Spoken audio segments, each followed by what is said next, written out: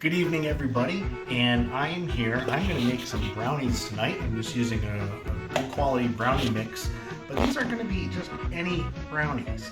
These brownies are going to have a little extra kick of protein in them. Now, we know that protein is important. It helps build strong muscles, and it's essential for your body to function. But what people might not know is that a lot of sources of protein are actually really energy intensive to produce.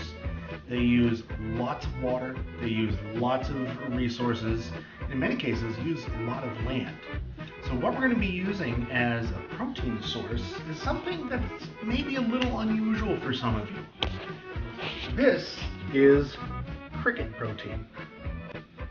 And this is literally made from crickets.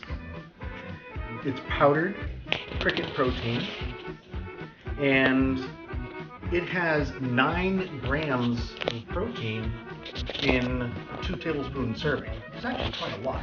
So we're going to be adding that into our brownie mix. Actually, it's like a little chart and shows you how much water that each protein source uses. So whey protein takes 1,000 gallons of water to make 1 pound, but to make 1 pound of crickets, it only takes 1 gallon of water. It's pretty good. So when baking, it's always a good idea to put your wet ingredients in the bowl first, and then add your dry ingredients after the wet ingredients are all mixed together. So the first thing we're going to add is the water, the oil, and an egg.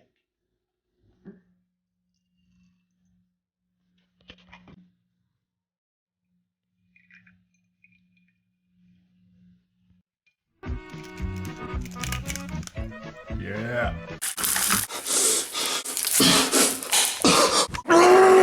What science of Mr. Gifford? How are you gonna mix the egg? Well, I'm going to mix the egg and the water and the oil with a fork. Whoa! And what I'm trying to do is just break it up. But I don't want to add a lot of air into it because I really don't want fluffy brownies. I want nice, dense, chewy brownies. In goes the brownie mix. Okay, so you want to just keep mixing until all the dry ingredients are mixed with your wet ingredients. You can see that. Smells a lot better than it looks.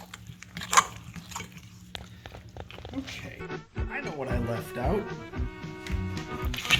The crickets. The crickets. Of course. So I'm going to add in 1/4 cup of cricket powder. That'd be like 20 grams of protein in there. That's right. Math. Now, for those of you who are squeamish about this, if you look, there's no legs, there's no wings, there's no bits of shell. This is all just powdered protein. It's protein powder. Yep. But since that's a dry ingredient, I'm probably going to want to have just a little more water to add in. So I'm going to get just a little bit more water. Add that in. I'm just going to stir it together. Once it's all mixed, you won't even know it's there. That's right. And then we don't tell our students about it. So now everything's mixed in. This is a really good mix I've used before, the Ghirardelli chocolate.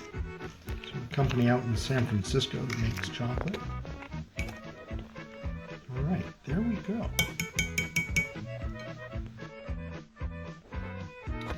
So that it's easier to serve these, I'm kind of making them into almost like cupcakes.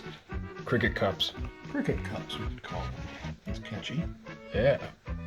It's all about the name for the marketing. It's all about the crickets. These are fabulous unicorn magical cups. This one's the water.